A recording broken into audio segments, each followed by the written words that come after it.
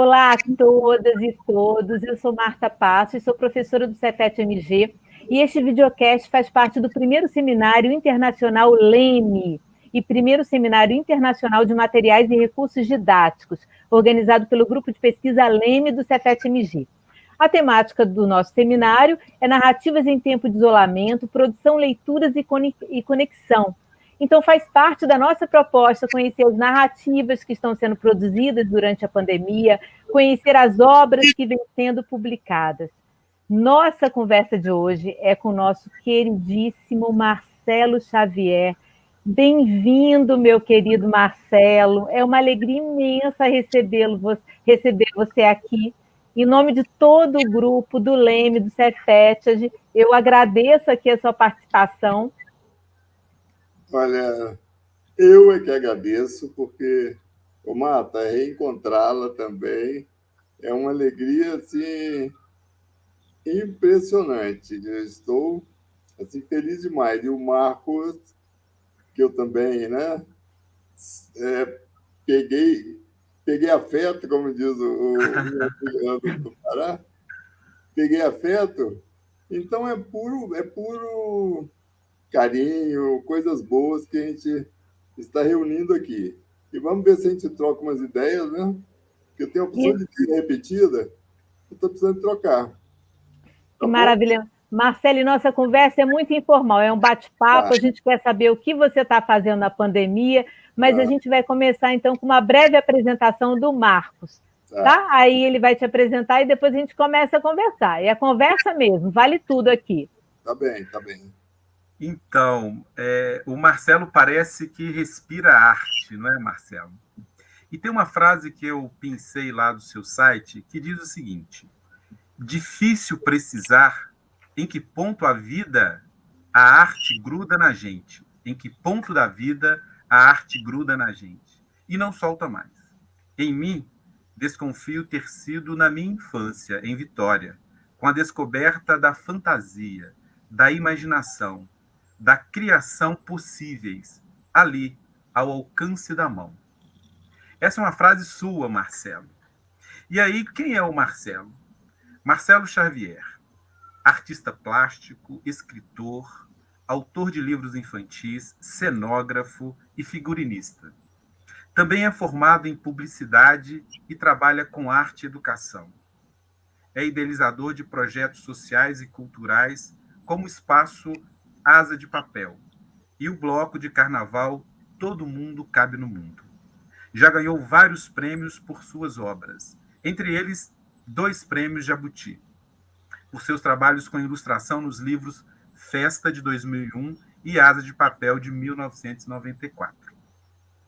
Marcelo Xavier são muitos, com um sorriso e simpatia únicos. Quem é Marcelo Xavier por Marcelo Xavier? Oi, Marcos, olha só. Eu sou um enigma para mim mesmo, viu? Eu até hoje não consegui me encontrar para dar uma definição correta ou precisa, né? Uma coisa mais científica de mim, não. Porque até isso, para comprovar, uma das exposições que eu fiz há algum tempo, a penúltima, eu dei o título de Procura-se. Isso não era à toa. Aí eu botei toda a minha tralha, meus rastros da arte, né? que eu produzi ou que eu investiguei, porque arte, para mim, também é investigação o tempo todo, né? Uma investigação estética, uma investigação conceitual. Eu misturo muito, eu tenho as duas coisas assim muito presentes no meu dia a dia, né? Então, mas esse tempo todo nesse trabalho de tentar me expressar com a arte, né? Me expressar até para mim mesmo, eu não consegui chegar a uma conclusão. Então, procura-se, porque eu estou me procurando. Eu acho isso um absurdo, porque eu já estou no último trecho, como eu estava conversando com vocês há pouco tempo, com Marta e Marcos. No último trecho, você já devia estar assim, mais certo das coisas, né? Olha, meu negócio vai ser esse. Eu agora vou pintar. Pronto, acabou-se. Mas agora eu vou fazer só livro. Vou fazer livro infantil, não. Agora eu vou fazer só livro adulto. Pronto, acabou-se. Não é assim. Comigo não funciona assim, sabe? Eu, eu tenho mania de... Eu sou meio guloso assim, com as coisas de arte, de expressão e de sensibilização, de poesia. Porque tudo tem poesia, né, gente? Poesia é um negócio que está em tudo, né? Até o meu amigo Álvaro, quando conversou comigo sobre poesia, né? Que ele dizendo que eu devia ter, com certeza, poesias nas gavetas, né? Claro, quem é que não tem, né? Todo mundo tem, né? E porque ele falou isso, ele falou assim, olha, porque o seu trabalho de literatura infantil, por exemplo, ele tem muita poesia, né? O tempo todo, que até o livro a gente deu esse nome, o tempo todo. Eu falei, olha, Alvo, poesia comigo é o tempo todo mesmo. Então a gente deu esse nome. Mas, então é isso. Eu não sei me definir, não, sabe, Marcos? Eu não consigo. Eu sou essa coisa que fica perseguindo uma. Na verdade, uma coisa é certa. Eu batalho por saber um pouquinho mais da existência. O que é isso da gente existir, né? To be or not to be, né? Aqui. Mas é uma pergunta que não tem resposta. Os E cientistas vão lá na ponta do universo, descobrem galáxias, mas não resolvem essa dúvida, né? Então, esse é o meu leitmotiv para trabalhar e para estar no mundo, sabe? Porque isso para mim é básico, é básico. A interrogação é uma das marcas do ser humano, é uma das características. A gente é diferente do cachorro, do gato, do leão, da formiga. Por quê? Porque a gente tem uma interrogação na testa, sabe? Então, para mim, se eu tiver que escolher um ícone, é a interrogação. Sempre foi. Aí se eu for pesquisar os meus desenhos antigos, minhas figuras antigas, minhas imagens, você vai encontrar sempre uma interrogação.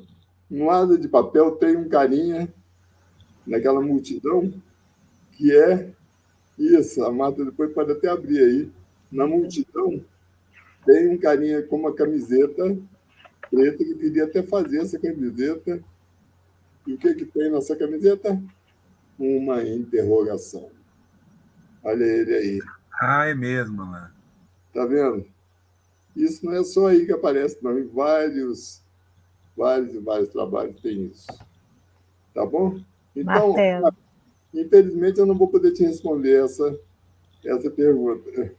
Mas essa resposta sua foi muito interessante, porque numa das lives que você faz, não é, dessa série Uma História de Cada Livro, a sua filha, ela fala o seguinte, ela fala assim, outro dia eu estava olhando no site e eu descobri outras coisas do meu pai, eu descobri outro pai.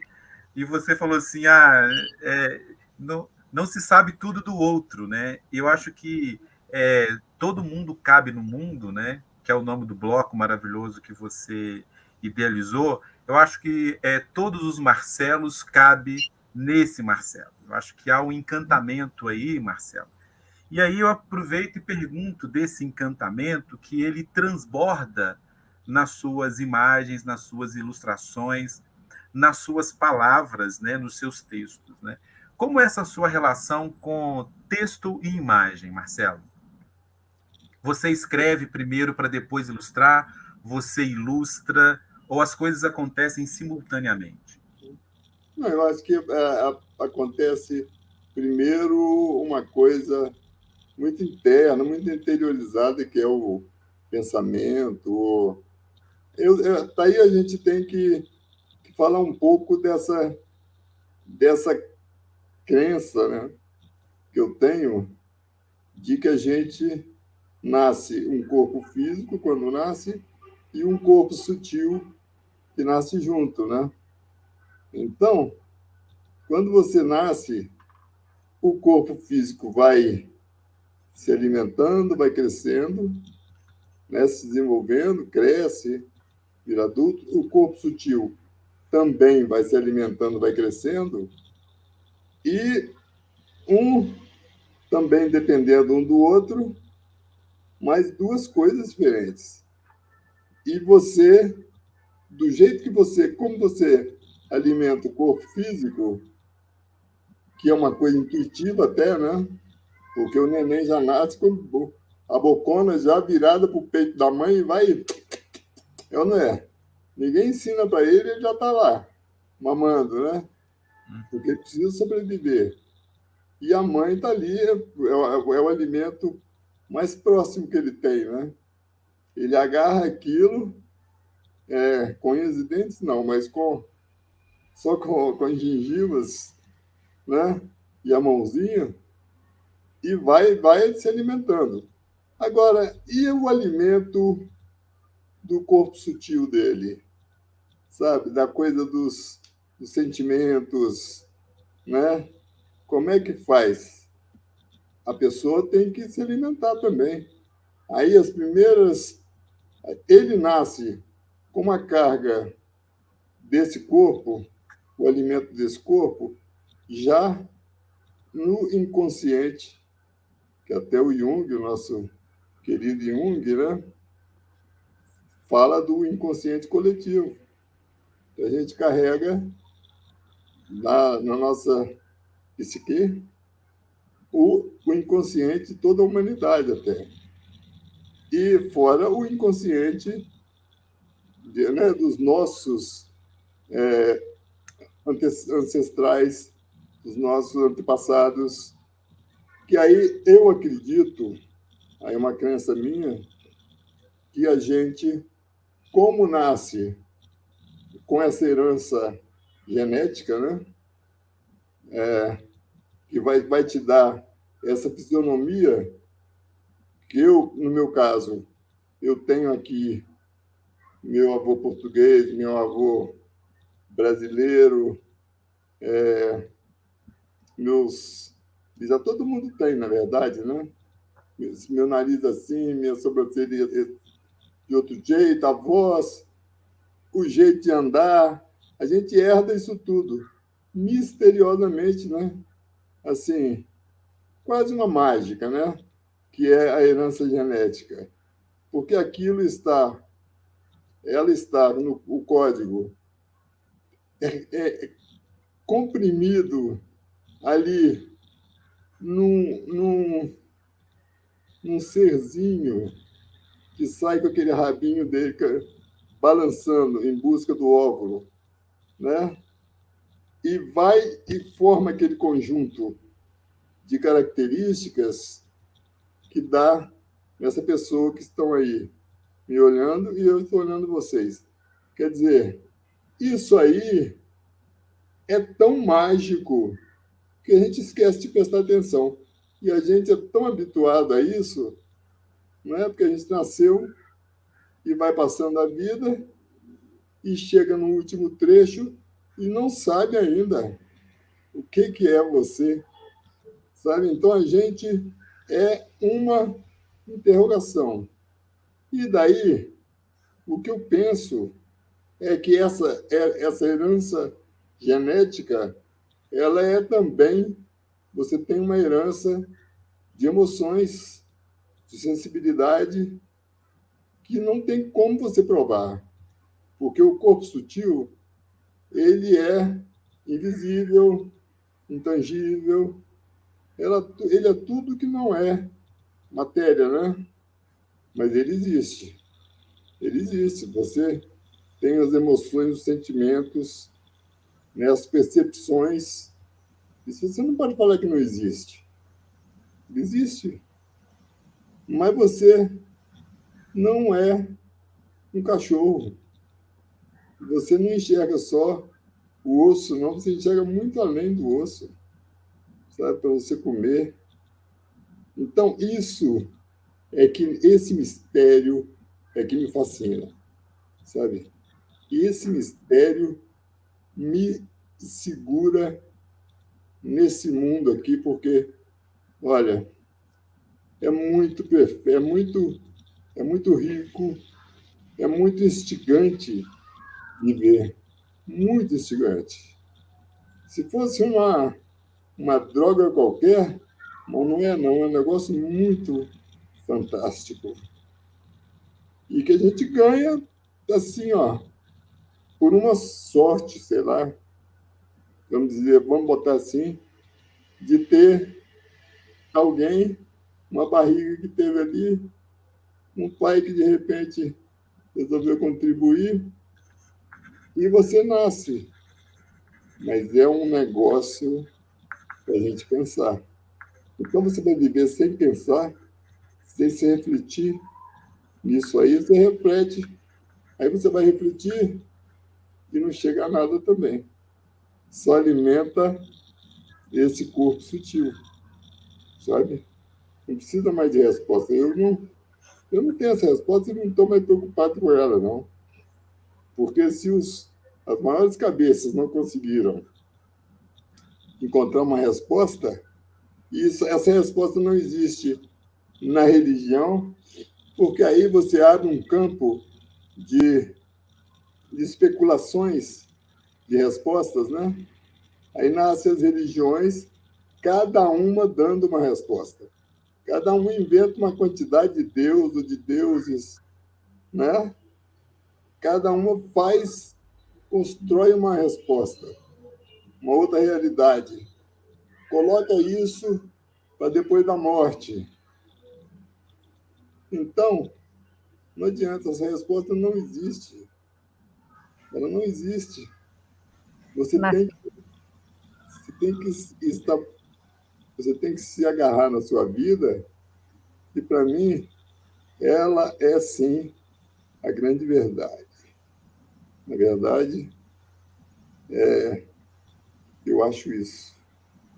A única e grande verdade que a gente tem, todo ser vivo tem, é a vida. Marcelo,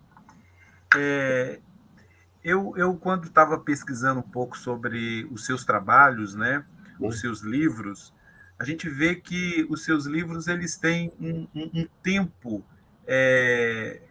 relativamente grande entre a publicação de um e outro. E É. aí, numa das suas entrevistas que você deu lá atrás para o FMG, você comentou o seguinte: você falou assim, eu sou um pouco devagar para poder fazer as minhas coisas. Mas você complementa dizendo que o trabalho que você faz, ele é muito meticuloso, cuidadoso, né? Então, a modelagem, a composição do cenário, a fotografia, tudo isso leva um tempo e, portanto, você tem esse cuidado, essa cuidade para poder fazer o seu trabalho. E aí, eu queria saber de você, qual é a relação que você estabelece com o tempo, né, na sua produção artística, na sua produção, na sua inspiração para o seu trabalho? Qual a sua relação com o tempo? Que, inclusive, né, num livro que não é de imagens, um livro só de palavras, seu livro de poema, você vai tematizar também o tempo. Como que é o tempo na sua produção artística? Olha, Marcos, o tempo ele está intrincado ali no, na vida, né? O tempo ele existe na vida, né? Então ele ele é diretamente ligado à vida. Não sei o que qual que é a é claro que A vida é aquela importância que eu te falei, que eu sinto que é a verdade, né? É o que a gente tem. O tempo vem a medida do tempo, né, que faz dele um. Eu tenho um livro que se chama Mundo de Coisas, que é uma das minhas paixões, são os objetos. Os objetos, eles são essa materialização de várias problemáticas filosóficas até, inclusive o tempo. Porque aí tem quando eu faço, são pequenas homenagens de alguns objetos que eu faço nesse livro. Eu até recomendo, viu, pessoal, queridos leitores? Porque um mundo de coisas, a gente às vezes não dá importância os objetos, mas você me fala os objetos que te cercam, que eu vou te falar quem você é, sabe? Aí eu senti isso quando eu estava fazendo o livro, que as pessoas se cercam dos objetos que traduzem a alma daquela pessoa, o, o gosto que ela tem, que vida que ela gosta de ter, né? Então, quando eu homenageio lá o relógio, eu digo o seguinte, eu preciso me lembrar do que está lá, mas é o seguinte, o relógio faz do tempo, o relógio faz do tempo um alimento perecível, que a cada segundo vira passado. Fica passado ou vira passado. Sabe? Aí a ilustração é uma latinha aberta e um tanto de mosquitinho. E um relógio, assim, um relógio de pulso, assim, em volta da lata, né? Como se estivesse vestindo, entenderam? Que o relógio é que faz do tempo um alimento perecível, não é o tempo. O tempo não é perecível, ele nem existe, na verdade, né? Ele existe e não existe, ele é abstrato e concreto ao mesmo tempo, porque, sabe? Aí você precisa ter uma consciência, né? Que é coisa de humano, né? Para você entender ou inventar um tempo. Né? Porque, na verdade, ele não existe. Procura o tempo aí para você ver se você acha. Você não vai achar. Marcelo, eu separei vários livros, eu tenho esse eu não separei. Eu vou te perguntar, eu tenho uma pergunta sobre o seu tempo na pandemia, mas antes disso, para pegar o gancho com o que o Marcos falou, né, e com o que você falou também, essa sua inquietação, eu acho que é isso que te move a sua arte, e você tem uma paixão pela vida incrível. Foi isso que eu fiquei encantada quando eu te conheci lá em 2000, em Ilhéus, né? Você veio para o encontro do Prolé, Asa de Papel, é um livro de 93, né? Isso foi 2000. Mas o Marcelo, ele começou, assim, a década de 90 foi uma década muito importante para ele começou a fazer muito sucesso. Eu lembro que você estava sempre na Casa da Leitura, no Rio de Janeiro, não é isso, Marcelo? Então, esse livro aqui é um marco, Asa de Papel, né? Para quem não conhece. E o Marcos, eu estou tentando aqui fazer o gancho, ele falou das ilustrações e do texto escrito. Então, pela resposta do Marcelo, o que eu entendi é que ele está, né, tá sempre, aqui no caso, as ilustrações, a gente tem a fotografia, né, que é do Gustavo, então são ilustrações de massinha, que foram fotografadas, né? Mas pelo que eu entendi da sua resposta, você está sempre em busca da vida, em tudo, né? Você não faz muito essa distinção, né? É a massinha, é o texto escrito, porque você é um artista plural. Eu sei que você desenha, e você pinta, e né? Então, todas as artes te interessam. É o carnaval, né? É a fantasia. Bom, então era só para puxar um pouquinho aqui para o Asa de Papel, para esse trabalho da massinha, né? Que você modela e depois é fotografada. E aí, daí, eu vou puxar para a pergunta sobre o tempo. E, se você permitir, a gente gostaria também de colocar no nosso canal essas histórias maravilhosas, o seu canal, né, que você está divulgando durante. Não, Marta, isso aí faz parte do meu legado. Ela existe para isso, ela está no YouTube, pode usar e abusar dela, A gente sabe? vai botar no nosso canal para divulgar. Tem a ver com essa pergunta. Marcelo, o que você tem feito na pandemia? Como é que você tem utilizado esse tempo? O tempo, né? Todo mundo. Nossa, que loucura! Para uns o tempo está passando muito rápido, para outros, nessa prisão dentro da casa, parece que o tempo se arrasta. Como é que você está sentindo o tempo nessa pandemia e como que você está produzindo a sua arte? Você pode falar um pouquinho para a gente? E aí fala dessas histórias contadas aí no seu canal. Posso, tá.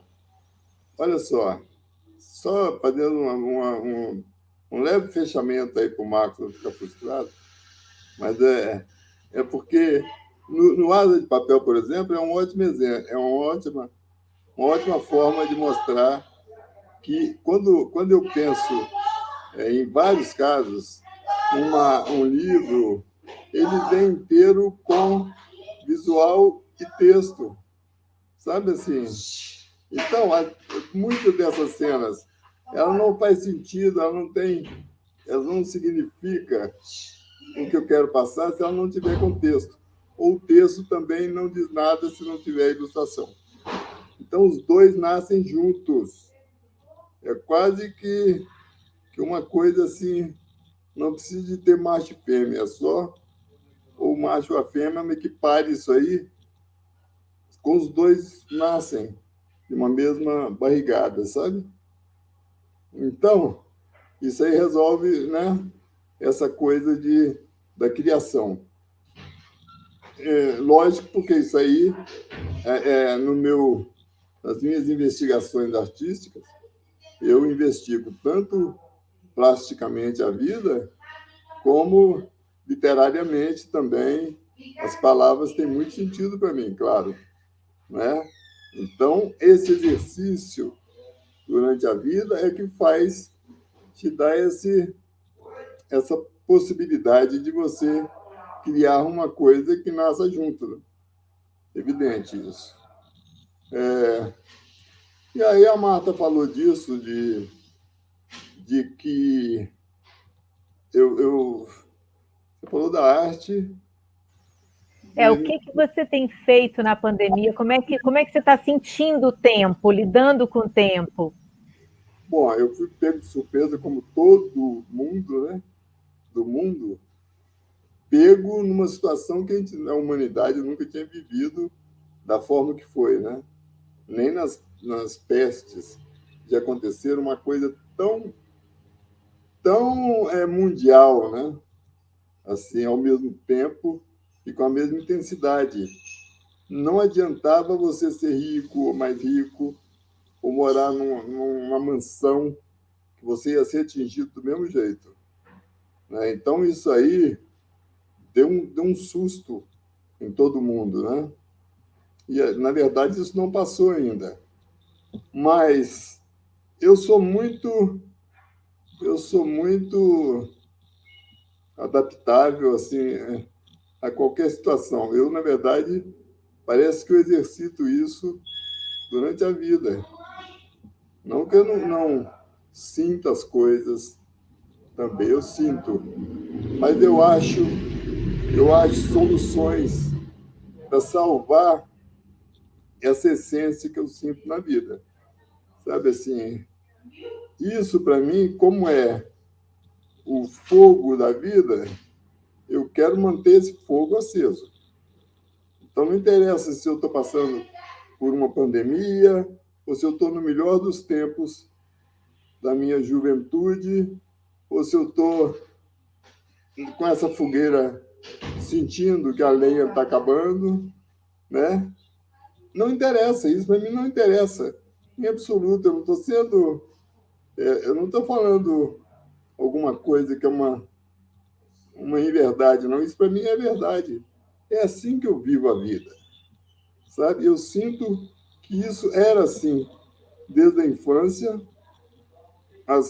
e veio pela adolescência e chegou na maturidade e agora na velhice. É assim que é a vida para mim. Então, com essa passagem pela pandemia, que eu fiquei absolutamente confinado, porque eu acredito na ciência, eu não sou negacionista, jamais. Eu sou o oposto de tudo que pode se relacionar a essa coisa que está aí. Então, eu abracei a ciência mandou eu ficar preso em casa, fiquei, olha, só que eu dei também muita sorte de ficar com a Thaís, que é a minha neta, que é uma pessoa adorável, que é uma pessoa que tem uma emoção viva o tempo todo, e com a Luísa, que é uma das minhas filhas também são o meu tesouro, e Luísa veio de Diamantina e me propôs isso, da gente morar juntos num apartamento.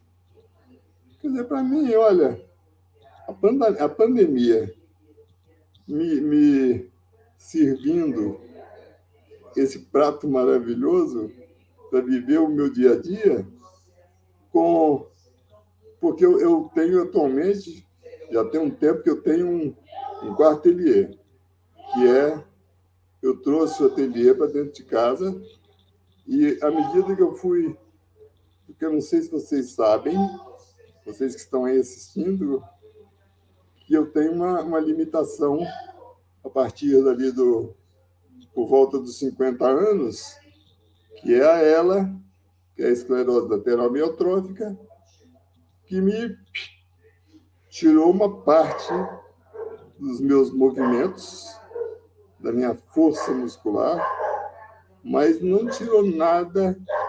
Isso foi tudo roubado do corpo físico. O corpo sutil, não. Pelo contrário, até. Isso eu malandramente transformo em alimento, sabe? Para esse corpo sutil.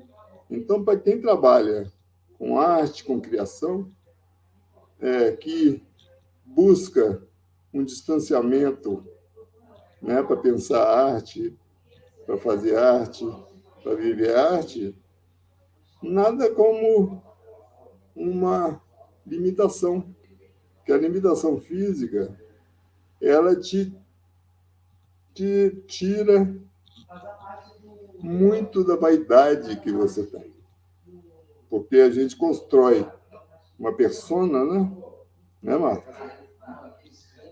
Que é uma persona que tem muitos tijolos de vaidade nessa construção. Muitos. E a gente nem para, às vezes, para pensar nisso. Agora, quando você para, literalmente, de se mover como você movia, que você quer dançar, mas não pode, que você quer caminhar, mas não pode, uma porção de coisas que você quer fazer, você não pode. Esse raio dessa doença, ela vai te tirando, por sorte, olha só que absurdo. Eu falar que isso é uma sorte. Ela não te tira de uma vez, porque existe a ela. Agora um pouquinho, uma pausa para ciências, tá? Aula de ciências. Então, a ela é uma doença que ela tem. A ela esporádica, que é aquela que ela vem, aparece do nada, né? Que o Stephen Hawking teve. Ele é um caso raro, que o médico deu para ele 2 anos de vida, ou 5, não sei, e normalmente é assim, a hernia esporádica, ela leva a pessoa muito rápido. Ela acaba com a pessoa muito rápido. E no caso da hernia familiar, que eles chamam, ela é mais boazinha e vai te tirando aos poucos os movimentos, sabe? Olha, desde ali do final dos anos 40, meus anos 40, né? Até 50 anos, eu estou até hoje com 72 anos e ainda estou vivo. Isso aí, é isso que eu digo que é uma sorte. É uma sorte. Além de poder, e as minhas ferramentas aqui, que são as mãos de trabalho, elas não se sentiram. Não sentiram, não. Sentiram, mas não ao ponto de não me deixar continuar modelando, né? Essa coisa de ir desenhando. Então, não sei nem o que eu estava falando mais de... é isso, né? Descrevendo a ela, essa ela diferente que a ela familiar. Então, ela te dá muito... A minha mãe morreu com ela e com 82 anos, sabe? Então, isso é a diferença entre uma e outra. Aprenderam? Espero que você não tenha. Marcelo, nossa, eu lembro, isso acho que foi em 2000 ou 2001, em Ilhéus, que você foi 2 vezes no seminário do Prolê, e eu lembro o seu olhar para tudo, para a cidade, né? Você estava tirando fotos, não sei se era do calçamento, sabe? Mas esse olhar, assim, você tinha um olhar, você tem um olhar diferenciado para a vida, né? Muita gente fala isso. Acho que é até o que o Marcos começou a falar do seu sorriso. Já que você tocou na ela, isso veio depois que você descobriu, né, que estava com essa doença, que tinha, ou você sempre antes carregou isso? Isso faz parte de você. Eu nem ia tocar nesse assunto, mas já que você tocou... Pô, não, eu toco porque faz parte da minha vida. Eu não vou tocar, sabe? Então, Marta, o negócio é o seguinte. A ela, eu descobri isso depois, claro, né? Ela está comigo desde a fecundação, sabe? O negócio é esse. Porque a doença hereditária genética, porque é uma mutação do gene. Essa mutação você carrega desde a fecundação. Então, por parte de mãe. Aí, você carrega aquilo e você, como na ignorância, né, da doença, você vive a sua vida normal. Sabe? Isso é o que eu digo que é uma sorte.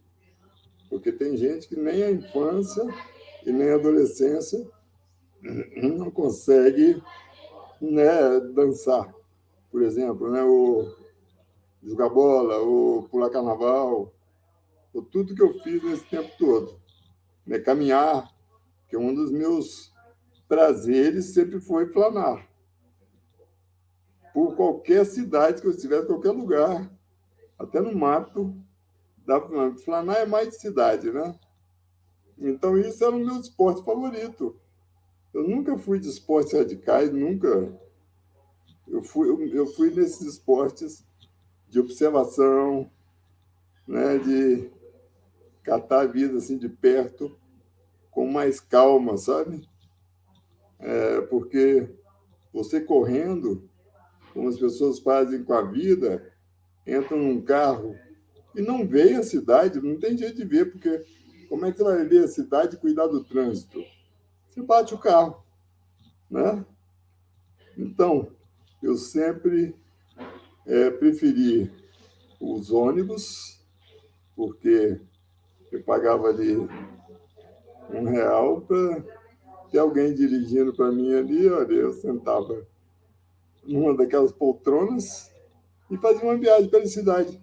Quando você tem esse espírito de turista eterno, você pode morar onde for que você tem conteúdo para você absorver. Numa viagem de ônibus, em qualquer lugar que você estiver. Numa viagem a pé, onde você estiver. A cidade, o tamanho da cidade não interessa. Você tem que estar com essa motivação, essa abertura de que existe um mundo para você ver. E não é só porque é uma cidade grande, não é porque você está em Paris ou Nova York. Nada disso. Não é isso. Isso é uma coisa que a arte e a educação tem que fazer. Sabe? É provar, mostrar, demolir esses santos, essas imagens de santidades dentro da arte, porque você acaba destruindo um potencial de percepção da pessoa comum, sabe? Ele tem que buscar esse tesouro dentro dele e no lugar que ele está, no lugar que ele mora, que pode ser onde for, sabe? Pode ser aqui na África, na França, onde estiver, mas ele tem que viver como um ser humano e todo mundo nasce com essa arte potencial, com essa atmosfera que envolve a humanidade toda. Isso é que tem que ser passado na arte e educação, sabe? Porque não adianta você ficar dando a história da arte, sabe? Vamos visitar catedrais da arte, vamos fazer isso e aquilo, e a pessoa volta arrasada para a cidade dela ou para a roça dela. E cadê a arte? Não existe fora daquilo? Quer dizer, é tudo uma construção muito mirabolante e gigantesca que afasta a pessoa dessa arte da observação, que é o básico, né? É o básico.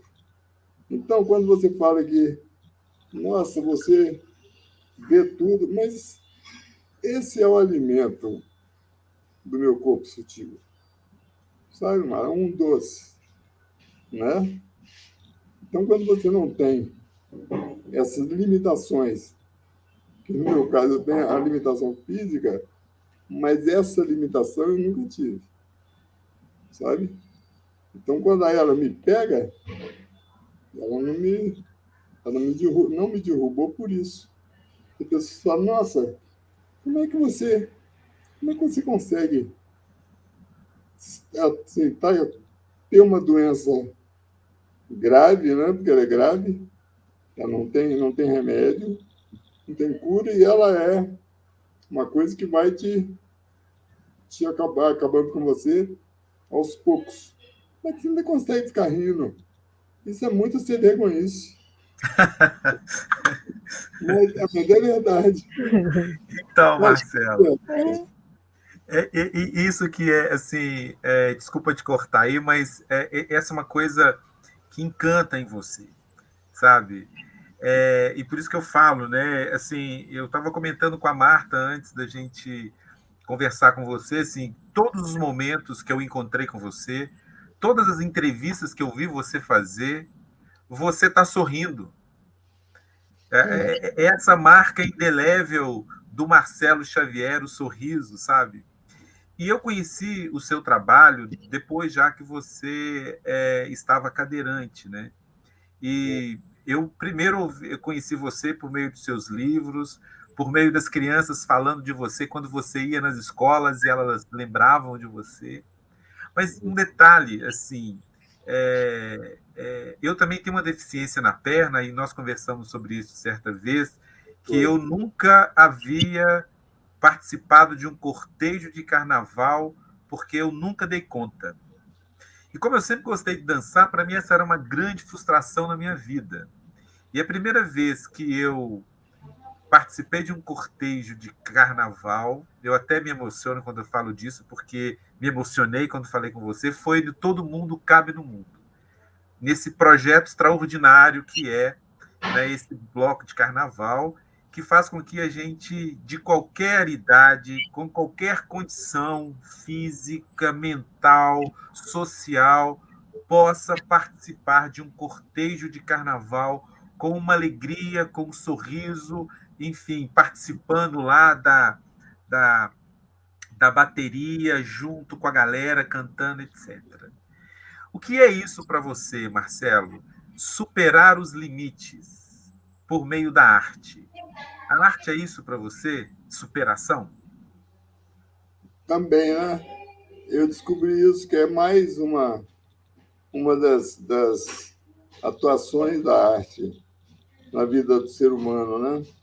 Porque eu já sabia que ela era um exercício de liberdade, né? Isso é um também dos pontos fortes da arte. Mas isso eu descobri na medida que eu fui convivendo com os conceitos de arte, né? Porque você tem aquela arte ali que você trouxe no seu, na sua formação, na sua atmosfera, né? Que eu acho isso, todo mundo nasce com essa atmosfera artística te envolvendo como ser humano. Agora, se você vai multiplicar isso, vai tirar proveito dessa atmosfera, vai pegar pedaços dessa atmosfera e vai produzir obras, se você vai pegar essa atmosfera só para fruição, você não precisa ser artista, mas você pode ter uma convivência com essa atmosfera, respirar essa atmosfera. A gente não precisa de ter um mundo todo de artistas profissionais, não é isso. Mas você tem que ter essa iniciação da atmosfera que está na composição da vida, né? Da vida humana. Isso é para todos. Então, para mim, essa superação ela veio depois da doença, porque aí eu tive, porque é claro, eu não vou negar que no primeiro ano do diagnóstico, né, como se viesse uma bomba. Eu era uma pessoa que viajava muito, né, Marta? Aí foi daí que eu conheci Marta e uma série de outras pessoas, Brasil todo, praticamente. E essas pessoas faziam parte da minha rotina. Essas viagens faziam parte da minha rotina. Crianças, é um mar de crianças, de oficinas. E aí as oficinas cresceram, né? E o público também cresceu em termos etários, né? E a minha oficina foi atingindo a todos, sabe? Eu já fiz oficina para operários, com aquelas mãozonas fazendo boneco de massinha, sabe? Já fiz oficinas com crianças no orfanato, como fiz para idosos, também em asilo. Então, o público foi o mais diverso possível. Agora, quando isso foi me tirado, que eu recebi esse diagnóstico, porque o, o corpo humano é uma coisa tão fantástica, que eu estava dizendo, ele vem com coisas invisíveis dentro daquele bichinho ali, tem comprimido isso tudo, essas informações todas, e ainda vem como uma bomba relógio, marcando para você. Quando você chegar aos 47 anos, a bomba vai explodir. Isso estava lá. Essa bomba eu carregava, essa bomba, sabe? E aí, quando explode, é lógico que aquilo ia afetar. a minha vida. Eu estava na Liberdade, é ironia, né? Estava na Liberdade lá em São Paulo, que é um lugar que eu amava ficar, que amo até hoje, porque era como se eu tivesse viajado para o exterior, porque aquelas placas todas em japonês, que para mim, quando você não conhece a língua, aquilo tudo vira desenho só, né? Então, eu passava naquelas placas e tudo que tinha ali na Liberdade era desenho puro, sabe? Então, eu adorava entrar aqueles supermercados de quinquilharias, aqueles shoppings que tem lá, e fica aí absolutamente tudo era estrangeiro, é uma coisa legal para você curtir, né? Porque você tem o distanciamento natural.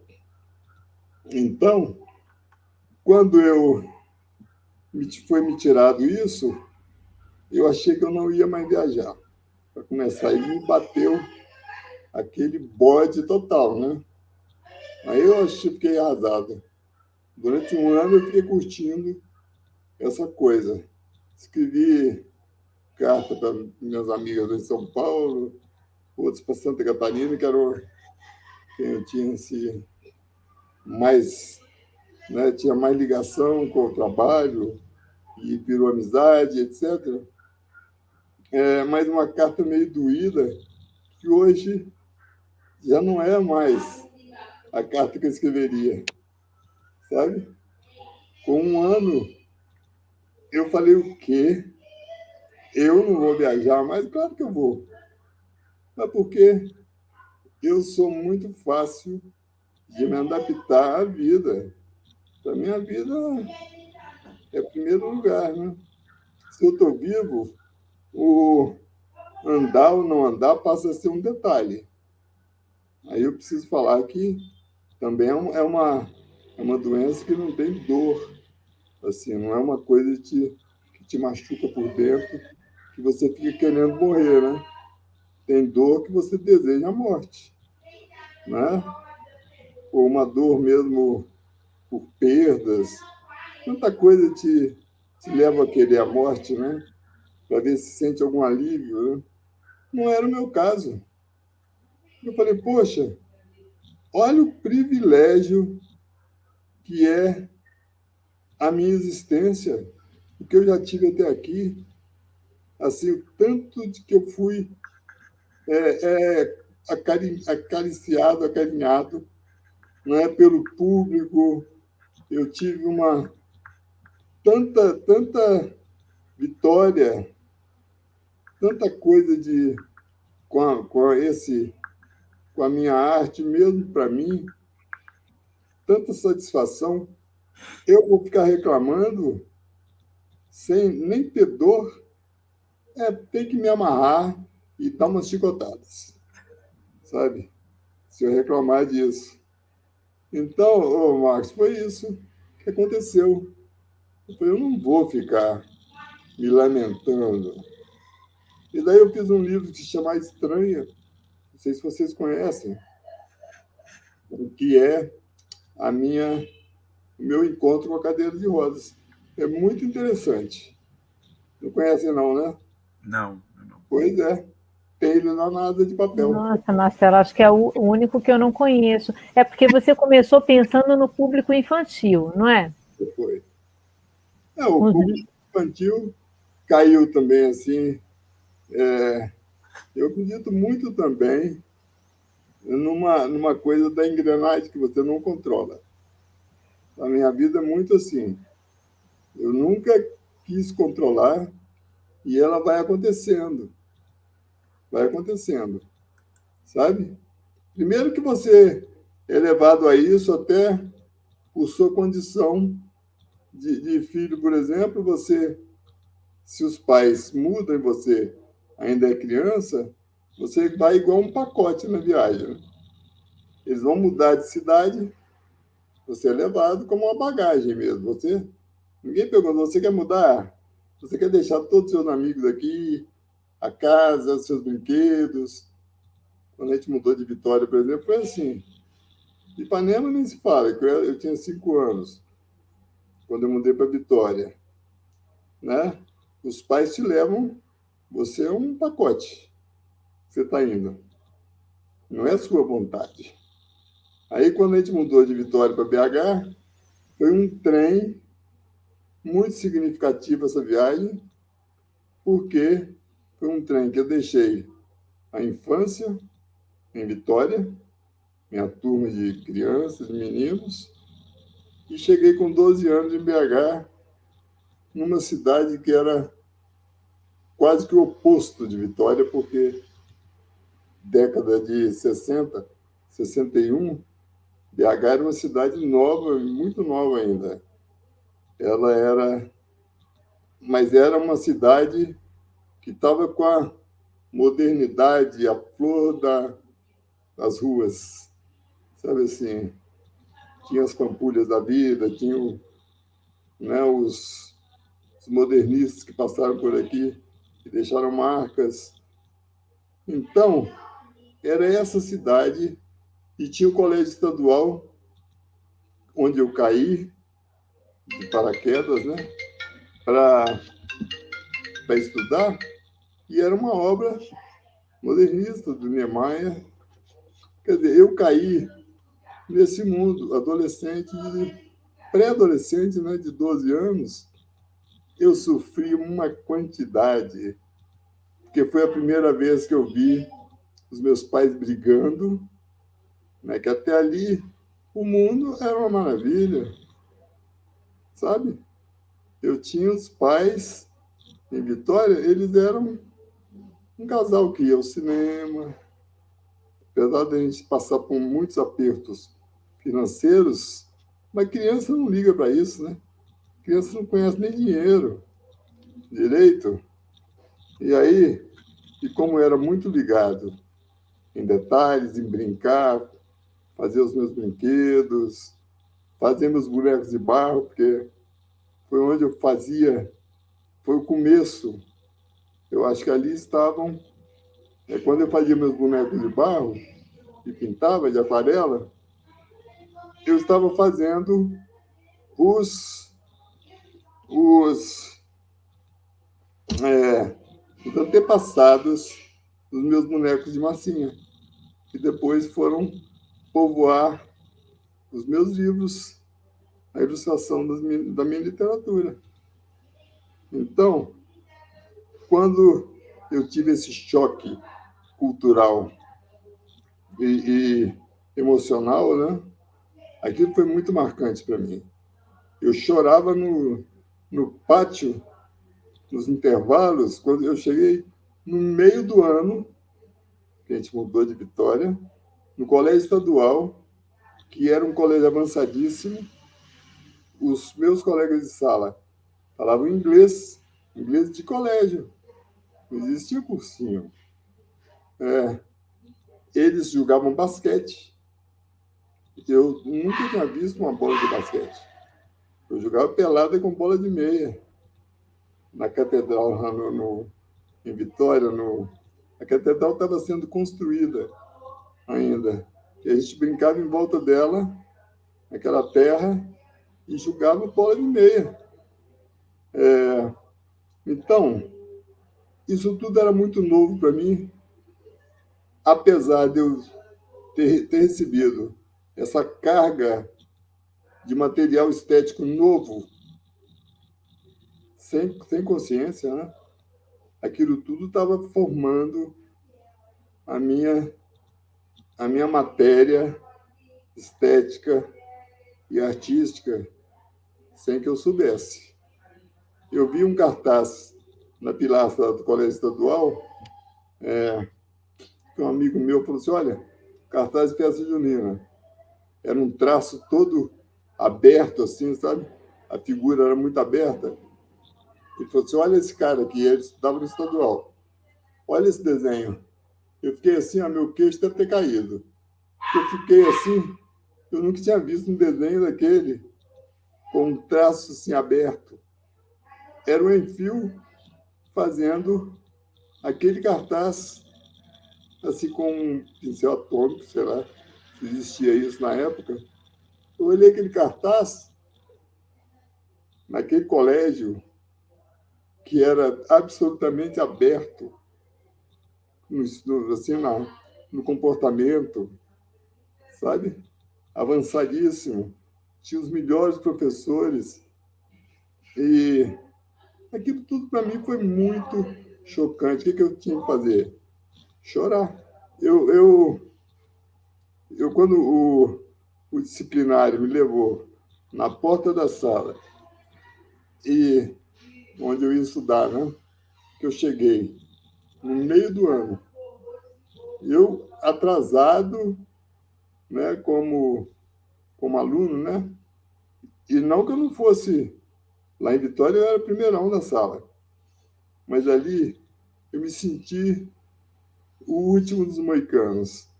E aí a turma ainda virou e falou: Jardim da Infância é lá embaixo, sabe? Eu era mais baixo do que eles, porque só tinha aqueles caras, sabe? Era uma outra raça, uma outra raça. E eu fiquei completamente oprimido naquilo. Só tive que chorar mesmo nos intervalos. Mas aquilo ali foi muito importante para mim. Muito, para me amadurecer o espírito.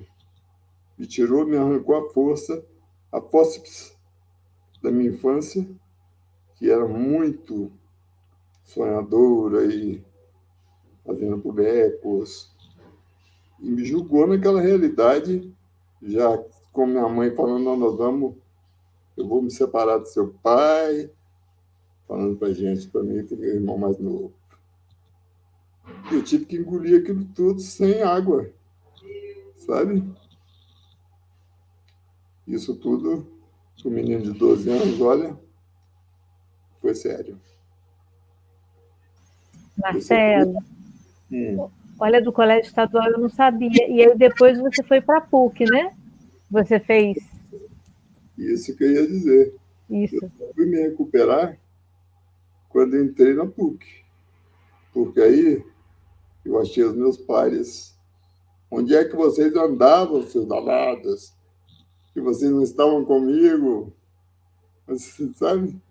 E é muito louco, porque um dos meus amigos da PUC, né, amigo compadre para sempre agora, até a morte, que é o Paulo B., vocês conhecem, Paulo Bernardo Ferreira Vaz, é professor universitário, hoje aposentado e tudo, uma pessoa maravilhosa.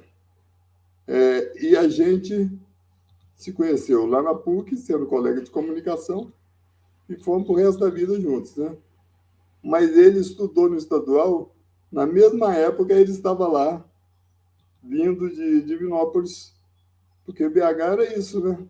Era muita gente do interior que vinha para a cidade. Essa era uma cidade que estava acolhendo gente do Brasil todo ali, os jovens, né? Jovens meninos que sofriam facas estadual, Marcelo, mas o valia. Paulo Bernardo já se aposentou da UFMG, né? É. Agora eu lembro do Tuti Maravilha, né? Está sempre no Isso, programa do Tuti. Mas, Marcelo, conta para gente como que surgiu na pandemia essa sua relação com o tempo, né? Essa ideia de fazer essa série das histórias que são contadas e comentadas por você. Né? A gente já está na história 6, que é do livro Mitos. Você pode isso. contar um pouquinho para a gente finalizar sobre essa ideia? E aí depois a gente vai colocar o link do seu canal, né? Porque são histórias contadas e comentadas por você. É como se estivesse contando os bastidores de cada livro, né? E acaba ficando interessante porque os livros são muito diversos, né? Um do outro. E a Cecília que teve esse mérito de pescar essa ideia de fazer essas lives. Sabe, Cecília é a minha filha do meio. Eu tenho a Isabela, que é a caçula, e a Luísa, que é a mais velha, né? Mas, então, Marta, a Cecília, em algum insight que ela teve de alguma coisa, uma entrevista que eu estava dando, ela falou assim, eu tive uma ideia aqui. Nós vamos gravar, porque ela é muito preocupada com isso, da gente deixar um legado, deixar as coisas gravadas, sabe? Que passa mesmo, né? Passa mesmo. Aí, então eu adorei a ideia, falei, vamos fazer. E ele assim, não, então tá, sexta-feira, toda sexta, 4 horas da tarde, a gente vai abordar cada dia um livro e você vai contar como foi aquela produção. Aí, Marcos, sabe o que aconteceu, Marcos? Vocês não são psicólogos, não são? Não, né? Pois é. Eu não. Mas porque... Então, eu entrei de cabeça nesse projeto, porque a gente, né, eu tenho 21 livros, estou no sexto, e o negócio é que eu fui fazendo esse negócio de contar a produção e voltar no tempo para contar como era no tempo que aconteceu aquele livro, da criação até a impressão, até a edição, sabe, até a produção, porque como é livro com ilustração tridimensional, eu uso a parceria de fotografia do fotógrafo. Então isso aí enriquece muito esse bastidor, sabe?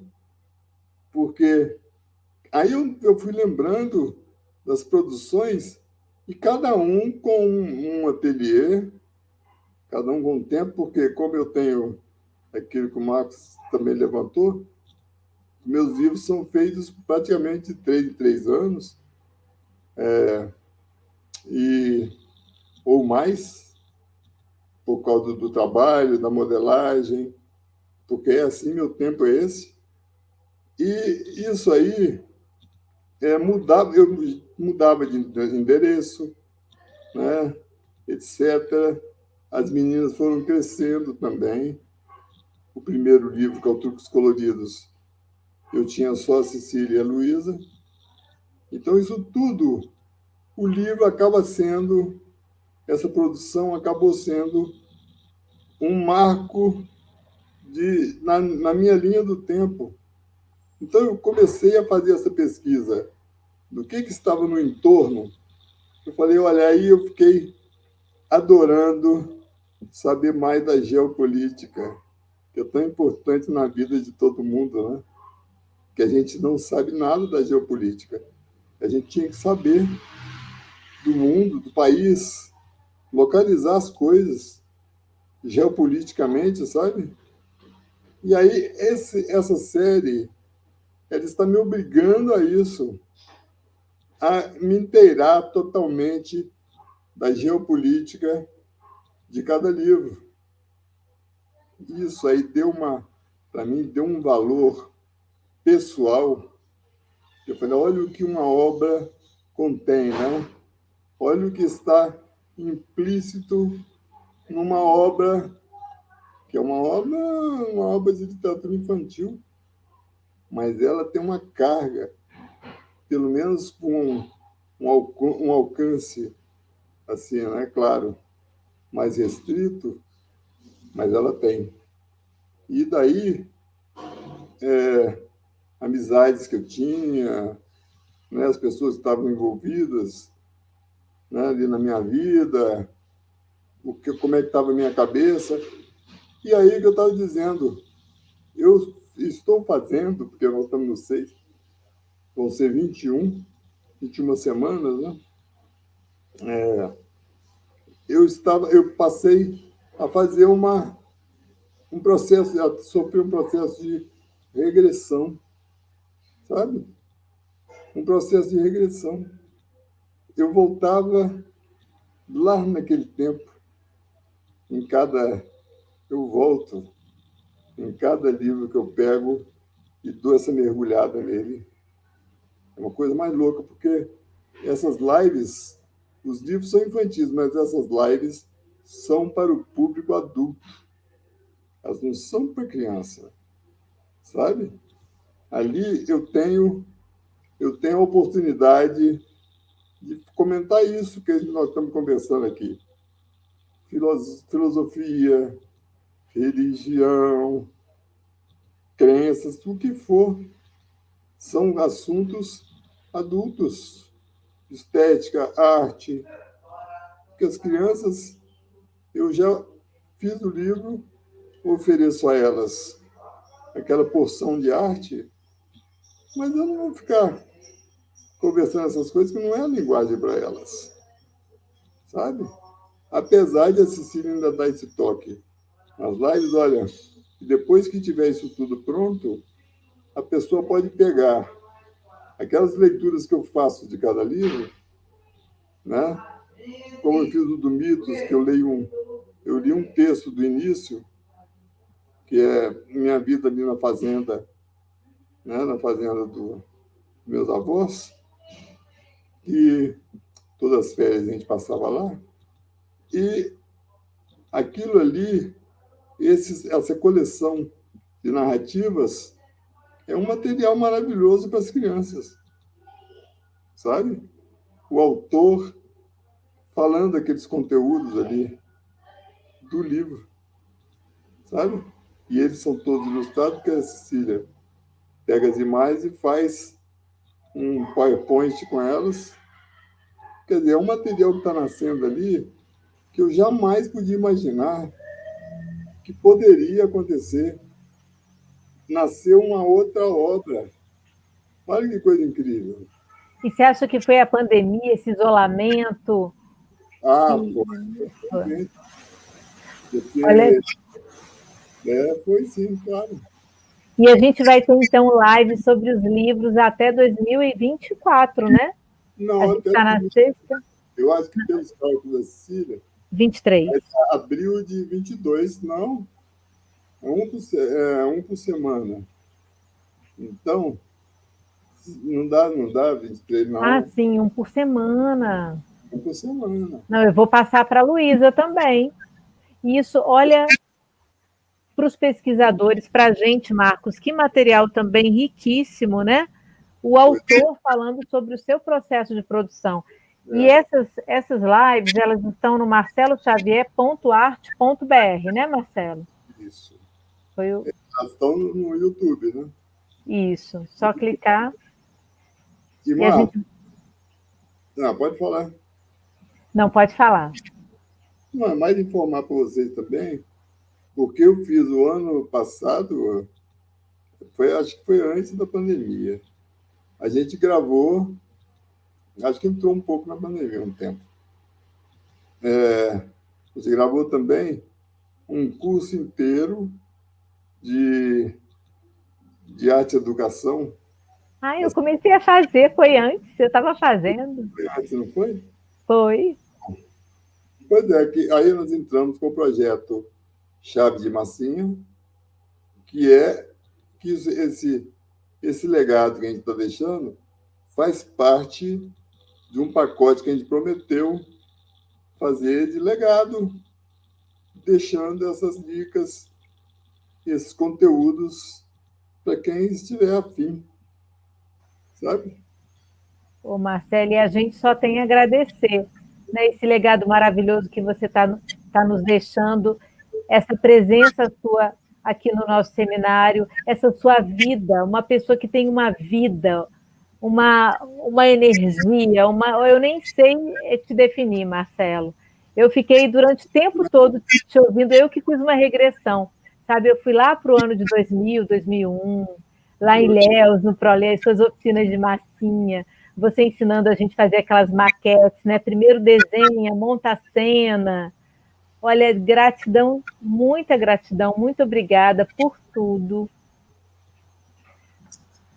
Eu vou agora passar a palavra para o Marcos. Eu queria agradecer essa oportunidade, Marcelo e Marta, assim, de estar fazendo esse diálogo super interessante, de participar também, né, dessa vida encantadora neste momento, né? Então, para mim, assim, é uma alegria muito grande. Eu queria desejar para você, Marcelo, mais encantamento, mais vida encantadora. Saúde e paz sempre. Obrigado demais. Olha, eu agradeço, porque é uma das coisas, mas assim, é uma das comunicações que a gente tem que ter, que o ser humano tem que ter, e tem que aprender com os cachorros, é a gratidão. O cachorro é o bicho mais grato que eu conheço. Apesar de ser barulhentos e não sei mais o quê, sobretudo assim, nervosinhos, eles têm a gratidão. Você faz bem a um cachorro, o alimenta, o acolhe, o cria, ele é grato a você, que até tem os que vão para o túmulo e ficam lá deitados no túmulo, né? E o ser humano não é muito disso, né? Sabe? Então, o sentimento de gratidão é uma coisa que a gente tem que ter. Cara, essas coisas todas a gente aprende. Sensibilidade a gente aprende também. Quando eu digo que todo mundo nasce com uma atmosfera artística, isso pode vir pelo aprendizado. Esse é o papel da educação também, sabe? Você educar para a sensibilidade, para a percepção poética, para a poesia. Muita gente fala que não gosta de poesia porque nunca foi aplicado em poesia de uma forma que precisava. A pessoa falar que ela não é sensível, claro que ela é, sabe? Isso a gente tem que assumir como educadores. Eu, atualmente, eu nunca me senti, e não gosto que me chamem de professor, porque professor é muito para mim. Eu acho professor um outro patamar, que são vocês. Vocês são professores. Agora, educador, eu posso me incluir nesse grupo, porque é um grupo mais generalizado, assim, é uma coisa mais geral. Todo mundo deve ser educador. A criança, por exemplo, que está perto de você, não interessa que ela é seu filho, se ela é seu filho, é seu parente, você tem obrigação de educar naquele momento que você tem ali perto dela. Sabe? Então, isso aí, eu sou educador, sim. O que eu já eduquei nessas crianças com oficina, às vezes não são toques simples, sabe? Coisa banal, mas que é muito rico para aquela vida. Eu tive alguns retornos dessa postura. Outro dia eu recebi uma carta, que carta agora vem no e-mail, né? De um menino falando isso. Olha, Marcelo, eu te achei aqui nas redes, eu queria te falar que uma oficina que eu fiz com você lá em São Paulo, na minha escola, me marcou para sempre. Eu tenho hoje a partir daqui eu criei uma percepção da vida, da arte, que eu trago até hoje. Eu sou professor de matemática, atualmente moro na Alemanha, e esse negócio atravessou comigo e veio até aqui. Eu passo isso para os meus alunos, passei para a minha mulher, e ela também desenvolve. Então, olha como isso é importante. Isso numa oficina de 1 hora, sabe? Como é que a educação não se dá conta de que a arte é uma arma positiva, uma arma do bem, de abertura, sabe? Então a gente tem que acordar para o mundo, para essa realidade, sabe? Então isso é demais. Isso é o que eu digo, eu tenho muito a agradecer. Eu tenho que ser grato. E vocês são 2 agradecimentos que eu tenho hoje. Tá bom? Ô, Marcelo. Ótimo, Marcelo. Aqui todo mundo sem palavras. Por mim, a gente continuaria conversando aqui até, né? Mas já passou de 1 hora. Pois é. Um beijo imenso, um abraço forte. Pois é. Eu nunca... Pessoal, tá? Não tem negócio só de virtual, não. Depois tem de vir mesmo aqui. Oba, a gente vai na casa dele, Marcos. Tomar o café. Isso, a gente vai com máscara, bonitinho.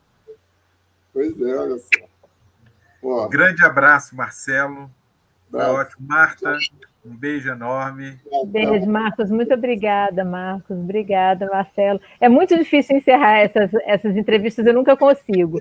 A gente, de repente, fala 1, 2, 3 e tchau, pessoal.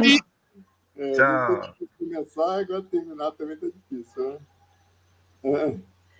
Obrigado, Beijão. gente. Um grande abraço, Marcelo, Marta. Depois, vocês vão editar? Como é que é? Isso vai... Aqui é sem edição. É assim, a nossa conversa, a gente coloca lá, é um bate-papo informal. Bora, beleza. Tchau, um beijo grande. Manda notícias, tá bom? Tá joia. Tchau, tchau. Beijo. Até. Boa noite.